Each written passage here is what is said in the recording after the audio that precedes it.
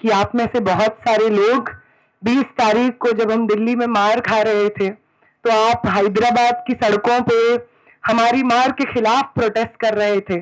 तो आप सबको बहुत बधाई, बहुत शुक्रिया और मेरा जय भीम लाल सलाम। I think why we decided that we would come here was because I think जब मेरा जनरेशन स्टूडेंट एक्टिविज्म में आया तो उस जनरेशन की शुरुआत हुई थी रोहित वेमुला के मूवमेंट को देख करके। और अगर आज के समय की कोई सच्चाई है तो वो ये है कि आपको कभी भी एक दिमाग की तरह देखा ही नहीं गया, आपको सिर्फ एक वोट की तरह देखा गया, महज एक आंकड़ा। और ये चीज हमारे आज के समय की सच्चाई है और ये चीज रोहित वेमुला ने इस दुनिया का सच शायद समझ लिया था और इससे हमारे स्टूडेंट मूवमेंट की समझदारी आती है। तो first of all revolutionary greetings to the students of Nalsar who are standing here in the crowd, जिनसे हम मिले।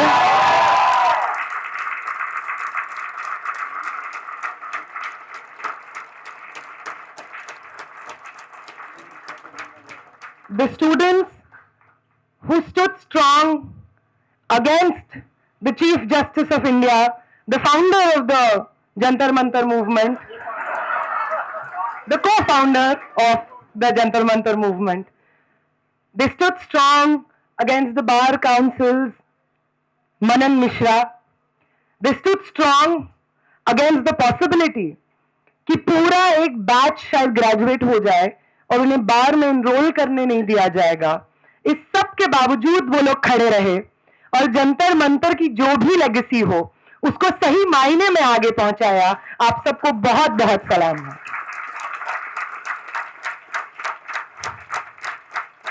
Salute to the students of EFLU जिन्होंने 2 दिन पहले ही एबीवीपी के लोगों से मार खाई है सिर्फ अपने कैंपस में डेमोक्रेटिक डिसेंट को जिंदा रखने के लिए। और इस तरीके की लड़ाइयां और मार इफ्लू के स्टूडेंट्स को बार बार स्टूडेंट रिप्रेजेंटेटिव्स होने के नाते झेलनी पड़ रही है, फिर भी वो डरते नहीं है, छोड़ते नहीं है इस लड़ाई को। उनको बहुत बहुत सलाम। सलाम एचसीयू की उस धरती को जिस धरती ने रोहित वेमुला के संघर्ष का पालन पोषण किया, उसे नर्चर किया, उसकी शार्पनेस, उसकी आर्टिकुलेशन को धार दी। Salute to the students of HCU who made a mistake last year by electing a union that they now regret, but are fighting against it every day, fighting against the violence of the ABVP and the takeover of the university. Salute to the students of HCU.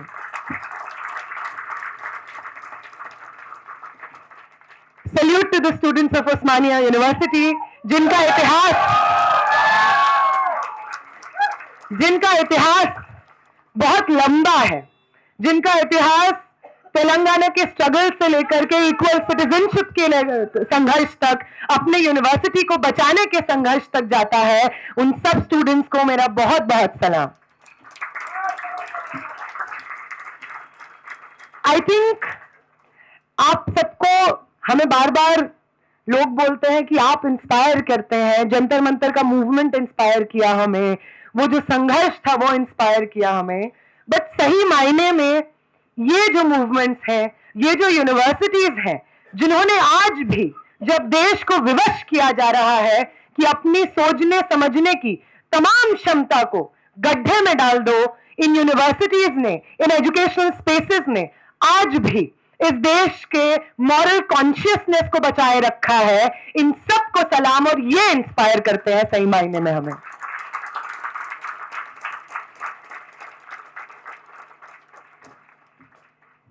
और हम जानते हैं कि ये inspiration का जो रिश्ता होता है ये बहुत सिंपल रिश्ता नहीं होता है, क्योंकि निसार में तेरी गलियों के है वतन कि जहां चली है रस्म कि कोई न सर उठा के चले, जो कोई चाहने वाला तवाफ को निकले, नजर चुरा के चले, जिस्म जान बचा के चले। I think to be truly in love with this country and its revolutionary history is to know how broken this country is. To truly love and uphold the history of this country is to know कि इस देश में हम हर साल, हर बार कितना नाउम्मीद हुए हैं। To truly be patriotic is to know कि डीमोनेटाइजेशन की लाइन में जबरदस्ती इस देश के आम लोगों को, बुजुर्गों को, बच्चों को, गरीबों को, मुसलमानों को, दलितों को इन्होंने लगाया और उस डीमोनेटाइजेशन की लाइन में न जाने कितने आम लोगों ने अपना दम तोड़ दिया और डीमोनेटाइजेशन के इतने साल बाद उस डीमोनेटाइजेशन से क्या हुआ, हमने क्या अचीव किया, इस चीज का कोई सच किसी के पास मौजूद नहीं है। ना प्राइम टाइम पे चिल्लाने वाले एंकर्स के पास, ना सत्ता में बैठे मंत्रियों के पास, ना सत्ता पक्ष में बैठे मंत्रियों को डिफेंड करने वालों के पास, किसी के पास इस चीज का जवाब नहीं है कि डीमोनेटाइजेशन की लाइन में हिंदुस्तान को खड़े होकर के, हिंदुस्तान के नागरिकों की जान लेकर के इस देश ने क्या हासिल किया, किसी को नहीं पता है। To know this brokenness and to still fight for this country is what patriotism is.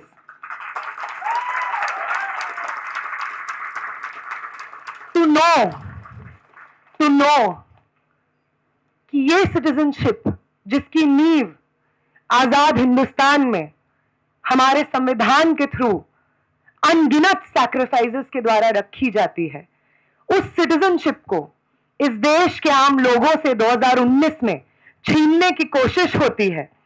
देश के आम लोगों को आपस में एक दूसरे से लड़ाते हुए एक दूसरे का दुश्मन बनाने की कोशिश होती है।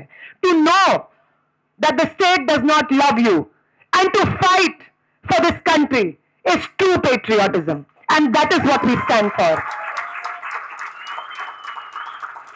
To know that our friends from our universities, Comrade Umar Khalid, Sharjeel Imam, Jyoti Jagtap, professors who were released from prison, Professor Father Stan Swami who lost his life to this system, G.N. Sai Baba who was tortured by this system, Varavara Rao, all of these political prisoners, to know how deeply they cared about this country and to see the state imprison them, torture them, make an example out of themselves is to know how broken this system is.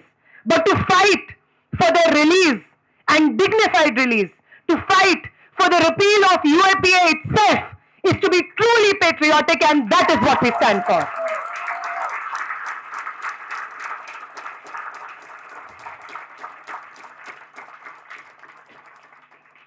To know that the state does not care about you, to know कि आपकी जिंदगी का जो आधार है उसको आपसे छीन लेगा 3 कृषि कानून और अपना जिंदगी पीछे छोड़ करके, अपने गांव, शहर, कस्बे छोड़ करके 1 साल से ज्यादा दिल्ली के बॉर्डर्स को ऑक्यूपाई करके अपना हक छीनने की जद्दोजहद, 700 से ज्यादा शहादतें दे करके, to know how broken this system is and to fight despite this brokenness is true patriotism, and this is what we stand for.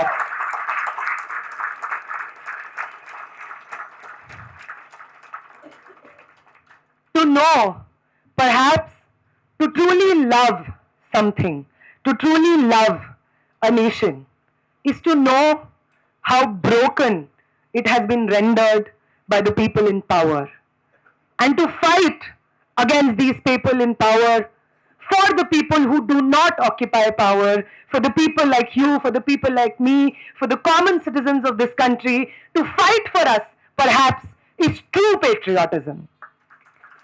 इसलिए जब हमें दिमागी नक्सल बोला जाता है तो ये जानते नहीं है कि इस टैग को हम कितने प्राइड के साथ पहनते हैं।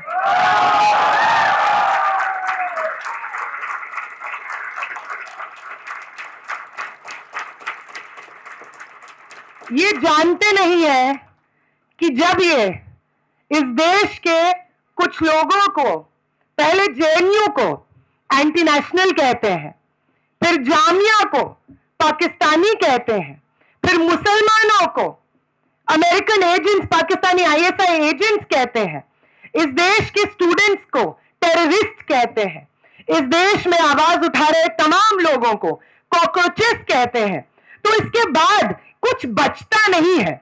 इस देश की आम आवाम एक तरफ और तुम सत्ता में बैठे लोग एक तरफ।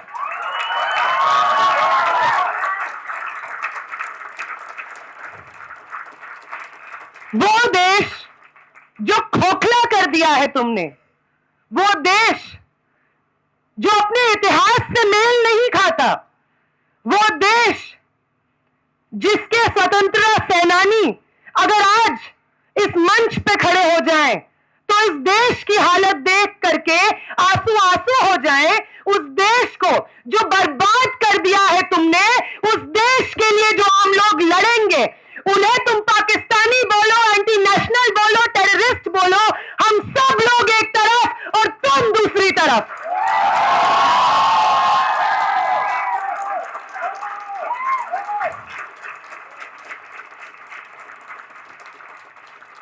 हर बार सत्ता में बैठे लोगों को इतिहास में लगता रहा है कि हम ही इतिहास का अंत है। दुनिया चाहे कहीं से भी शुरू हुई हो, उसका लॉजिकल कंक्लूजन हमारी सत्ता से होगा। और आज जो लोग सत्ता में बैठते हैं, उन्हें भी इसी चीज का अहंकार है। They don't remember their own history. They don't remember कि जब वो अंग्रेजों के तलवे चाट रहे थे, माफीनामा पे माफीनामा लिख रहे थे, अपने माउथ पीस में देश के नौजवानों और छात्रों से इंसिस्ट कर रहे थे कि आजादी के आंदोलन में हिस्सा मत लो, क्योंकि ब्रिटिशर्स के आ जाने से मुगल एम्पायर खत्म हो गई और वो हमारी असली विक्ट्री है। उन लोगों को क्या पता है कि जमहूरियत के लिए संघर्ष करना होता क्या है। उन्हें क्या पता है, उन्हें क्या पता है कि 17 साल के खुदीराम बोस क्यों चढ़ जाते हैं फांसी पे हंसते हंसते। क्या पता है उन्हें कि 23 साल के भगत सिंह क्यों चढ़ जाते हैं फांसी पे हंसते हंसते। क्या पता है उन्हें कि अशफाक उल्लाह खान का जज्बा क्या था। क्या पता है उन्हें, क्या पता है उन्हें कि शिक्षा के लिए संघर्ष कर रहे उससे भी पहले दौर की सावित्री माई और फातिमा शेख की लड़ाई क्या थी।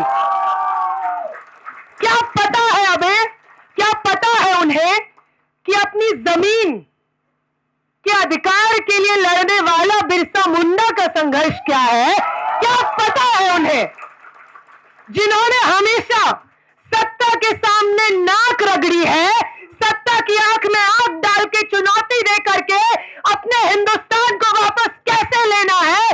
क्या पता है उन्हें।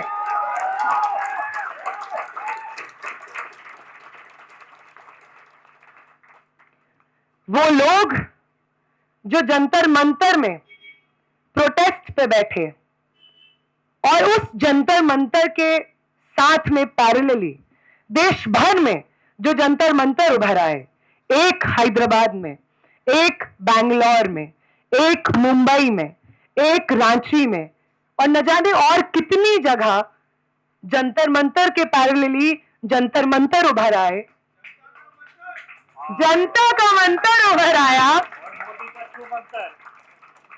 रवीश की लाइन है ये, जनता का मंतर और मोदी का छू मंतर।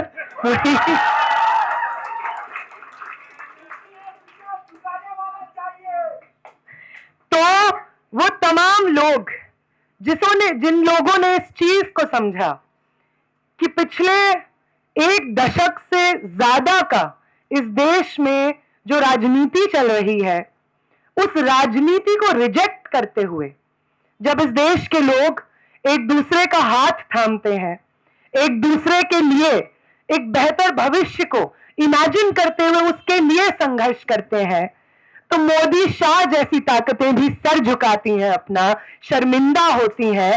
आप सब लोगों को जो हैदराबाद में है, कोलकाता में है, रांची में है, आप सबको बहुत बहुत सलाम। और मैं ये बार बार सलाम एक और रीजन की वजह से कर रही हूँ, सिर्फ इसलिए नहीं क्योंकि ये जज्बा वन वे है कि लोग सिर्फ जंतर मंतर को देख के इंस्पायर हो रहे थे। मैं आपको यकीन दिला दूं, जब जंतर मंतर पे हम लोग मार खा करके tear gas shells, pellet guns, कीलों में घुसी हुई लाठियां, ये खाकर के जब हम शाम को बैठे हुए थे, तो जब हमने वीडियोस देखी कि नई दिल्ली रेलवे स्टेशन पे जो ट्रेनें आ रही हैं ना, इतनी खचाखच भर के आ रही हैं कि ट्रेन रुकने पे ही स्टूडेंट स्पिल आउट हो जा रहे हैं बोगी से। क्यों? सिर्फ इसलिए क्योंकि उन्हें लगा कि हमारे दोस्त, हमारे क्लासमेट्स, हमारे साथी, हमारे कॉमरेड्स दिल्ली में अकेले मार नहीं खाएंगे, उनकी लड़ाई को हम मजबूत करेंगे। आप सब ने इतनी हिम्मत भरी है जंतर मंतर पे लहूलुहान लोगों के अंदर। जब हमने ये देखा कि जंतर मंतर पे जो हिंसा हुई, वायलेंस हुआ, उसके खिलाफ अलग अलग जगह पे प्रोटेस्ट शुरू हो गए।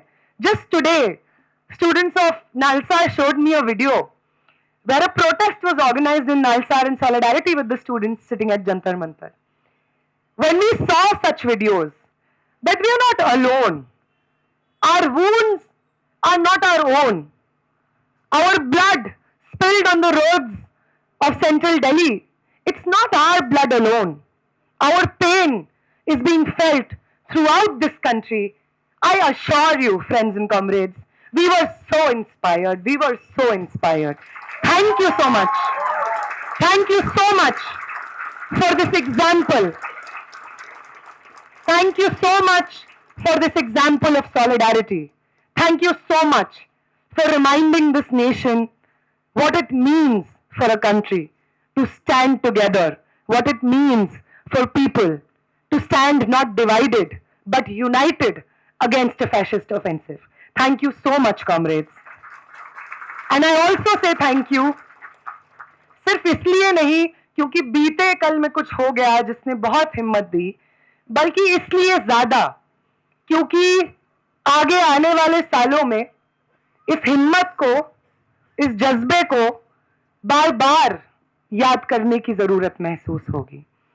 बार बार सत्ता में बैठे लोग आजमाएंगे हमें, वो लेंगे इम्तिहान हमसे कि क्या है सही मायने में हम हिंदुस्तान की आजादी की विरासत के असली इनहेरिटर्स।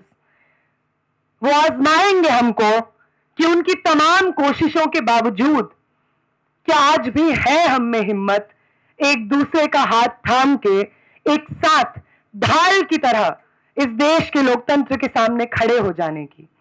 वो बार बार हमें आजमाएंगे कि क्या अपने शरीर में बची जान और अपने मन में बची हिम्मत को हम लगाएंगे इस देश को नए रूप से गढ़ने के प्रोसेस में। बार बार आजमाएंगे वो हमको।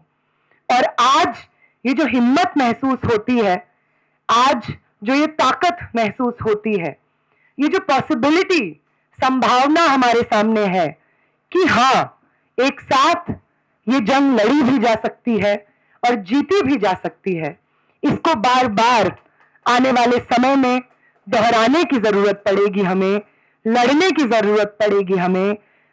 एक बार ये मैं फिर से दोहराना चाहूंगी, जब धर्मेंद्र प्रधान का इस्तीफा आया था तो किसी ने पूछा था मुझसे कि आप क्या चाहेंगे कि कैसे याद किया जाए जंतर मंतर के मूवमेंट को कुछ सालों बाद। और तब एक्साइटमेंट और एनर्जी और गुस्से में जो निकला था, मुझे लगता है वही अब सत्य वचन हो चुका है। और वो ये था कि हम चाहेंगे कि जंतर मंतर के मूवमेंट को याद किया जाए फांसीवादी ताकतों के अंत के शुरुआत के रूप में। यही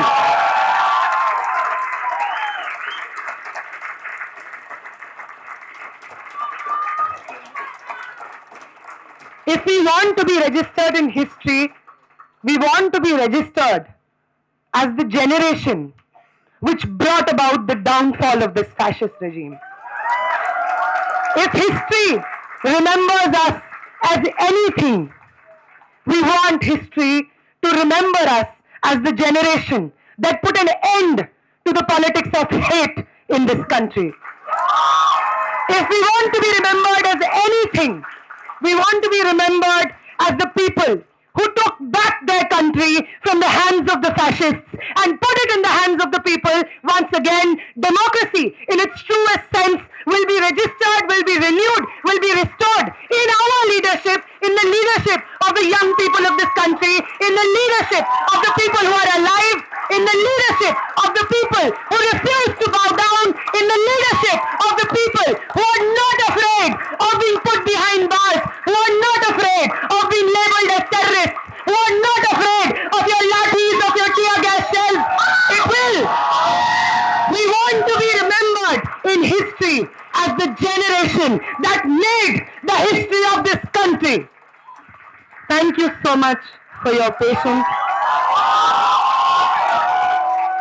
Thank you so much. हम ये जो Gen Z राइजिंग कर रहे हैं, ये इसीलिए कर रहे हैं ताकि ये जो हिम्मत महसूस हो रही है ये कहीं डिसिपेट ना हो जाए, कहीं खो ना जाए। ये जो हिम्मत एक रांची के प्रोटेस्ट के रूप में उभरी है, जहां पे लोग भूख हड़ताल पे बैठे हैं, ये जो हिम्मत चेन्नई में नीट के खिलाफ बैठे स्टूडेंट्स ने दिखाई, ये जो हिम्मत नालसाल के स्टूडेंट्स ने दिखाई, ये हिम्मत को एक सूत्र में पिरोना है हमें, इसलिए हम लोग ये जेन ज़ी राइजिंग कर रहे हैं। इस हिम्मत को ऐसे ही बांधे रखना है हमें, इसलिए हम ये जेन ज़ी राइजिंग करते हुए तमाम छात्र आंदोलनों की जगह पे जा रहे हैं अपनी सॉलिडारिटी पेश करने के लिए और हिम्मत बटोरने के लिए। तो आज रात हमारी हिम्मत बढ़ाने के लिए, इस छात्र आंदोलन को और बड़ा करने के लिए हैदराबाद शहर का बहुत बहुत बहुत शुक्रिया। इनकलाब जिंदाबाद।